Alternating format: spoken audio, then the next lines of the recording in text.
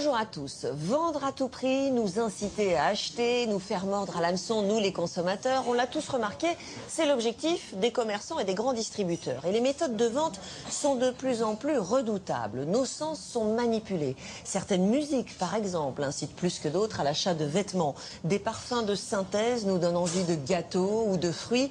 Dans certaines enseignes, vous allez le voir, des capteurs traquent à notre insu notre regard pour étudier nos désirs. Vous allez également découvrir le neuromarketing qui lit dans le cerveau du consommateur avant que celui-ci exprime sa demande. Alors, jusqu'où allons-nous aller pour faire marcher le commerce? Consommateurs pris au piège, c'est une enquête signée Emmanuel Ménage. Dans les rayons d'un supermarché, comme dans n'importe quelle boutique, les commerçants ont un même objectif, vendre à tout prix. Pour séduire le consommateur, il faut attirer son attention. Il existe aujourd'hui des méthodes redoutables pour le piéger. Le marketing, ça n'est pas une histoire seulement d'intuition, de bonnes idées de quelqu'un qui se lèverait le matin et qui dirait « Tiens, je vais faire ça dans mon point de vente ». Non, non. Les pros du marketing savent que près d'un achat sur 3 se fait de manière impulsive, à la dernière minute. Comment déclencher ce désir d'achat, surtout pour des produits de consommation courante, comme du shampoing, du papier toilette ou des œufs? La danette peut effectivement susciter des émotions, les œufs un petit peu moins, donc c'est très intéressant effectivement de voir, on n'a plus que le packaging pour se différencier. Jouer sur le visuel grâce à un emballage attrayant, mais aussi manipuler tous nos sens avec la diffusion de musique ou de parfums. On arrive à toucher aux émotions des gens, et des émotions très fortes, hein. C'est chargé d'émotions les parfums, sans forcément qu'ils s'en aperçoivent. Aujourd'hui, des technologies médicales sont même détournées pour décrypter le comportement du consommateur. Il s'agit de capter son regard, ou même plus incroyable, de lire directement dans son cerveau.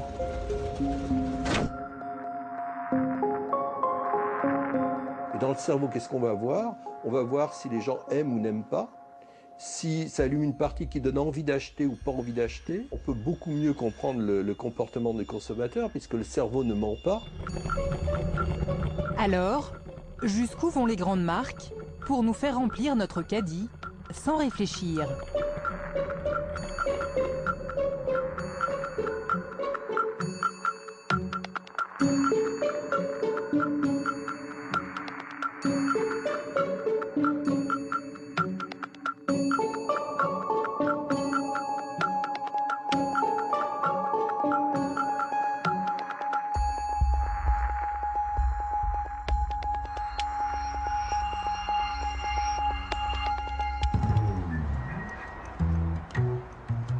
Ikea, en région parisienne, le géant de l'ameublement suédois.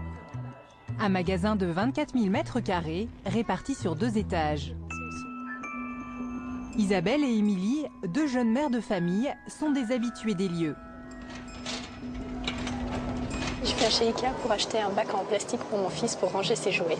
Il en a déjà 2 et il lui en faut un 3e. Ses clientes l'ignorent, mais elles vont se retrouver prisonnières d'un labyrinthe où tout est fait pour les inciter à acheter un maximum sans qu'elles s'en rendent compte.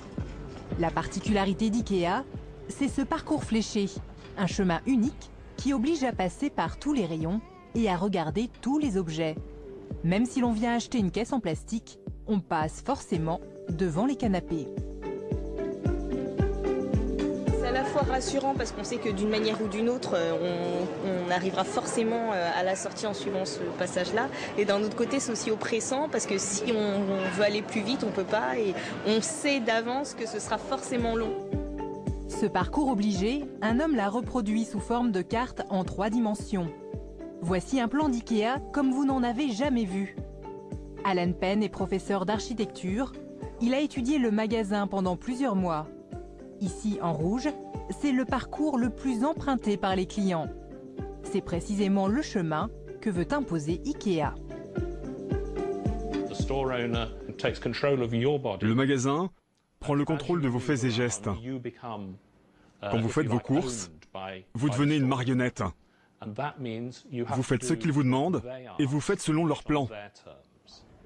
Il existe pourtant des raccourcis pour éviter de passer devant tous les rayons.